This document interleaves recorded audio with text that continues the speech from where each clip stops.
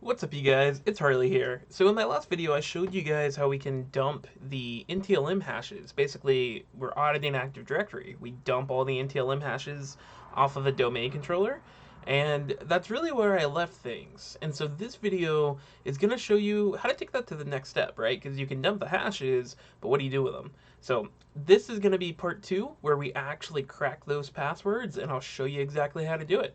Let's go.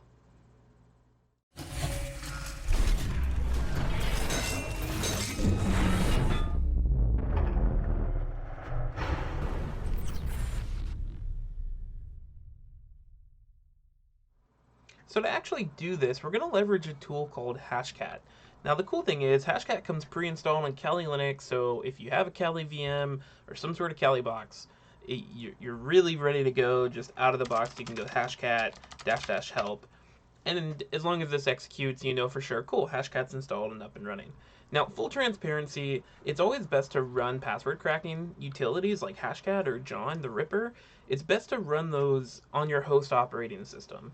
That way you can give it the full amount of resources available to your computer without restraining its capabilities inside of a VM. So just a word of advice, if you're really looking to try to be the most efficient at your password cracking and crack a password using a word list in the least amount of time, you're going to want to do that outside of a VM. But for our purposes, I'm going to use a VM. It should work just fine for what it is I'm looking to show you today.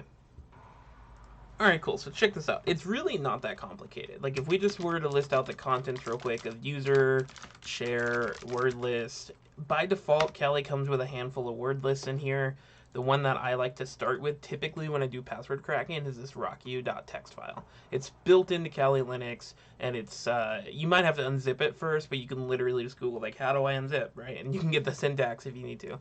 But this is a great word list to use, and it cracks a lot of the really low-hanging, stupid passwords that are out there. So let's start running this attack using that word list.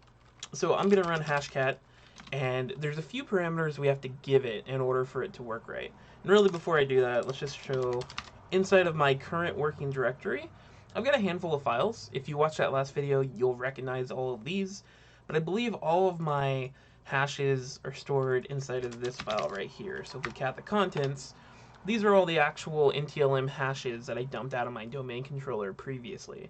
Now, honestly, these passwords are pretty weak. I think most of them are even the same. So that could be, yeah, I mean, if we just look at the hashes, we can see this one and this one are definitely the same. And there's probably a few others that are matching. But for proof of concept, it's really simple to run this. So you would just run hashcat, and then you have to give it what attack mode it is that you're wanting to use. So if you go through the man page and you read the help documentation, it'll specify what different attack modes there are. But if you do like a -a of 0, that's going to be a dictionary list. So that's just telling Hashcat, I'm going to point to a word list, I'm going to point to a list of hashes, and we're just going to try to run that word out of the word list through whatever algorithm we specify and see if that hash matches the hash that we're providing. That's a dictionary attack, and it's typically the most efficient when you don't have a ton of resources or you think you have a pretty strong word list. The downside to a word list is if you don't actually have that word inside that word list, you're not going to crack the password. So your cracking in this case is only as good as your word list. But anyway, attack mode is 0. You also have to provide a attack M.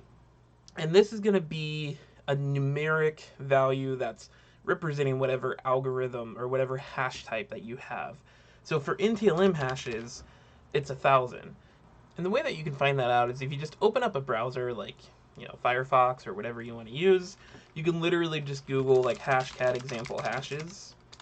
It's also in the help documentation, but sometimes using a browser is a little bit easier to find what you're looking for. But if you do this, we get this table here on hashcat.net, and it just specifies, okay, well, I've got, you know, NTLM hashes, Control F NTLM, attack mode of 1,000. So that's how you get that number. Super simple to do. Then you just have to provide the word list that you want to hit. So in our case, user, share, word list, rocku. And then the hash, or I guess the file that contains the hashes that you're looking to crack. So hashes text ntds. You run that, And I did this backwards. You actually want to do the hash file and then the word list. User share word list rock you. Okay. Run that again. Sorry for that loud truck that just drove by. But if you give this a sec, depending on what resources you have and whether or not you're running it in a VM, it shouldn't take too crazy long to go through the entire word list and try to crack this.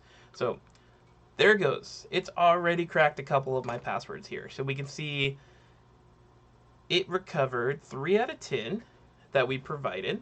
And of those 3, we've got password 123, and we also have password. And I believe if you were to run hashcat and you say --show --username, and then you specify the hash file that you want to show the usernames that you've cracked. Maybe not. Usernames? Nope. Maybe we also need to still specify what hash type we're using. Ah, there we go. As long as you give it the hash type as well, it'll dump that out for us. So we can see we actually have 3 users in our environment using password 123, and we've got L James using password of password. So this is how you go through the process of cracking passwords in the most simplest way, right? You give it a word list, and then you go from there. So we got 3 out of the 10 passwords that we could have gotten, and that's all because of the word list that we used. We used a word list that didn't contain all of the passwords that we had in our environment, and that's honestly to be expected, right? Like, you're only going to crack a password if the word's actually in your list. So what else can you do outside of RockU? If you want to do a dictionary attack and you want to stay doing a dictionary attack, then what are some other word lists that are common and good to use?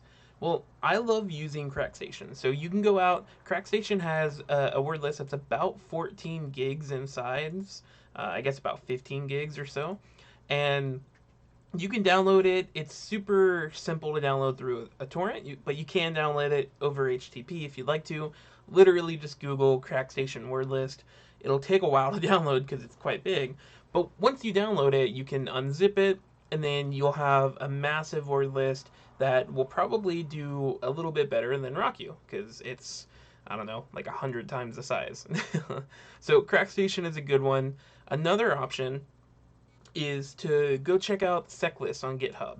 And you can actually do like a sudo apt git install, or sorry, sudo apt install seclists, I believe. Yeah, and if you don't already have it, it'll go out and download it for you, and you'll be able to download it that way. But you could also come out here, copy this down, you could do a git clone, and clone this entire directory. It's got much more than just passwords, but it's definitely got some awesome password lists. So you can come in, you can look at like the common credentials, and then it'll show you like, here's the top 100 out of the, top 10 million.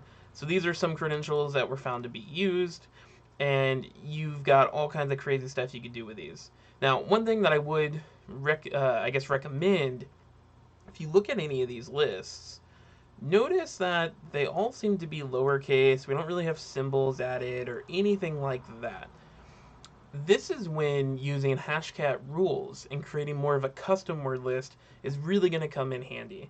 I wrote a blog post that you can go check out at infinitelogins.com where it got some commands where you can do some rule-based attacks or run through and make your own custom word lists. And that'll actually be the topic for my next video. So if you're interested in seeing that, go ahead and check out the channel. I might have already uploaded it by the time you're watching this.